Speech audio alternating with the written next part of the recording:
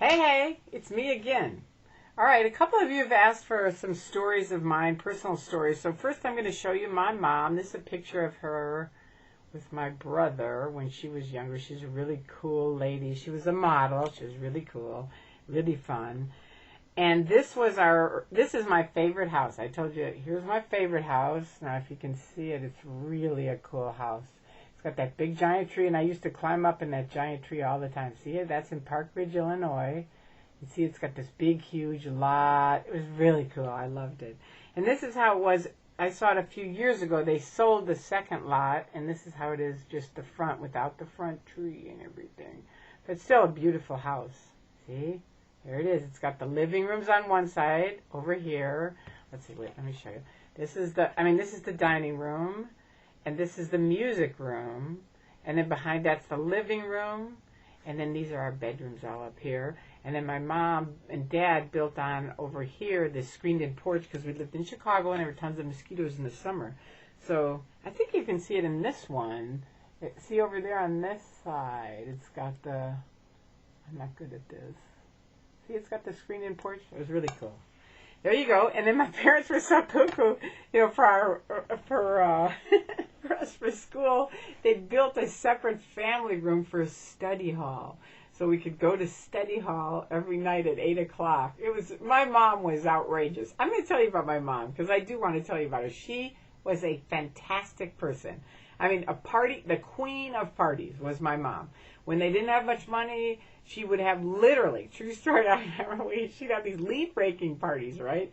And she'd send out invitations, bring your rake, wear your rags, we'll rake leaves, and then I'll cook dinner and we'll all have a party, right? So people come over, they'd all be raking leaves and having a good time, and then we'd roast marshmallows over the leaves, and then she'd cook, and I mean, it was very, very fun. And we'd have picnics, we'd have parties. The other thing she did that was really cool, she said to us kids, I mean, we were all cute, we were good looking, and they had nice money, we had a great house, my dad was a celebrity, so it was sort of like, she'd have these dance parties when we were kids, right, with the little 45s and everything, and she'd invite all our friends over, and she'd say, now look, I know you guys are popular, so of course you're going to be dancing, but I want you to find the kid that isn't popular, and you get that kid, and you teach them how to dance and bring them into the fold, right? And it was just such a cool way of growing up. I mean, how cool is that as a lesson? You got to admit, it's a very, very cool way. I mean, I know there's cool, but we were already cool. Do you see what I mean? And she was like, beyond cool is helping other people get into the coolness. Do you see what I mean? And so I kind of grew up around that with my family. My dad was super hip, had a ton of cool friends. He was a sportscaster and a professional football player in the American Hall of Fame. So he always had like really cool buddies. My dad was really cool on this. He said, and I had two older brothers than me. And so he said, okay, here's the deal, Tory. You and your brothers are going to learn every sport. I mean, we played basketball, baseball, table tennis, skiing, you name it, ice skating. I mean, we were in Chicago, right? So there was stuff all year round. And he would teach us everything. I mean, I'm really good at basketball. I can do the, behind the dunk thing and dunk it every time. I can. I went with the Sea Org kids once and they were playing basketball. I said, give it to me. They said, no way. I said, no, give it to me. It was like in 1999. And I gave them the ball and dunked it. They were like, all right. So it was a very cool way to grow up because my dad's viewpoint was, of course, if you don't know how to do a sport, you're not going to want to do it because you look like a klutz. Everybody looks like a klutz when you first learn how to do anything. Ride a bike, bowl, play basketball, play baseball, anything. But once you get good at it, that's a different thing. Then you kind of like to do it, right? So my dad was like, learn how to do it, and then you can decide if learn how to do it, get good at it. Then if you don't want to do it, that's fine. Don't do it. But you're going to learn how to do it. So, like, one of my things I loved, he wanted us to learn how to ski. I was like, I don't really even want to learn how to ski. And back then, we went to Aspen, Colorado, so we're in one of those little planes, we're like, the thing's like, whoa! I'm like, holy cannolis! I was, like, really scared.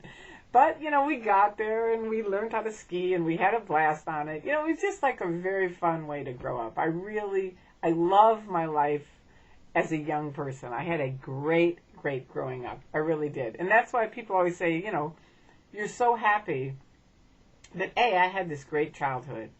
And B, I did realize when I was around, I don't know, 12, 13, that if I got enough sleep, the day was bright.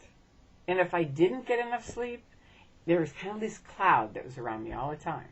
And of course, medical science didn't know that at the time. Now they have said that sleep is a very key thing. And so all of my life, I get enough sleep. I go to bed early, I leave. Even when I was a giant party animal and everything else, if I stayed up all night, which I would do, I still do sometimes. But I sleep in, you'll find out, you know, because I get enough sleep so that I don't have that dark cloud thing. So anyway, that's a little bit of my life before Scientology. And there's a big key to what happened that I got into Scientology, but I'm not going to tell you that because I'm writing my book and it's in that. But anyway, I love you guys. I want to thank you all for your interest and your care and your helping and your courage. And I really want to thank everybody who is speaking out against Scientology, exposing their abuses. More and more people are coming out every single day. And I look at it as like a table being held up by these legs, right? And it's holding up a house of cards, right? That's all Scientology is a house of cards, right? The tables are leaving. The legs of the table, major ones, are leaving. There's a couple of major ones that are still there. One of them is, like I've said, Celebrity Center and that whole crowd, because they're holding up one whole side of the table. And there's a couple more. But I'm telling you, this thing is going down, thanks to what Anonymous is doing. So it's very cool. Keep it up, and I will see you guys very soon. Bye.